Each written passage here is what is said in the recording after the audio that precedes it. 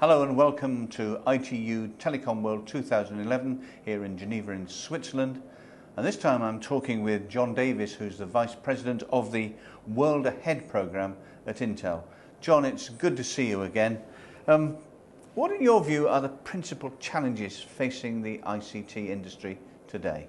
Well, the way to look at this is to see the number of people in the world. There are 2 billion people that own PCs. It means there's 5 billion that don't own PCs and have access to the internet and benefit from that. So the ICT industry has to really repeat what the cell phone's done on computers and bring it to those other 5 billion people. And you need to be inventive.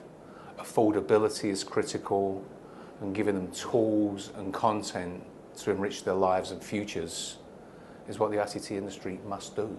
What are your expectations when you come to a show like this? What will you take away with you in terms of knowledge you didn't have before? And is there a key message you want to give to the delegates and visitors? Well, there's two things happened at the ITU events here. The first was the Broadband Commission, where we made declarations on broadband availability and how many people it should reach in the emerging markets. And the second is obviously Telecom World. And in them, it brings leaders here from industry, from governments, it brings the multinational organisations here, and it gets us on a common cause. The ITU is bringing us to the same goals, the same challenges, and when you see leaders of companies, captains of industry, regulators, presidents of countries, and we see a common cause, we have enormous resources, we can get behind it. So it's a rallying function that gets us on those common goals. And if you bring the resource, you can meet those goals, as difficult as they may be. How do you think ICT can foster not just economic development, but also social development as well? With ICT, the key is the content. You have to have the affordability, but you have to have the content there. So we spend a tremendous amount of time, as does the industry, on education. Education is the foundation. How can you get laptops to children, but running the mathematics, the sciences, the languages, in ways that's going to benefit them later in life, prepare them for the 21st century. And so that's absolutely foundational, and ICT can do that with exciting videos and flash animations and immersive and collaboration, the 21st century education. The second is there's a tremendous amount of small businesses, but they don't have the reach to get their products and services beyond the village or the street in which they live. That's what the internet does. Websites, you have to make it affordable, give them the content, the tools. Here's how you make a website. Here's how you put your products on a website. Here's how you can reach people. Here's how they pay for your products. And that's really simple, basic training that we do in diskettes like PC Basics. It's your training wheels to show you exactly how to do that. And the industry has to do that.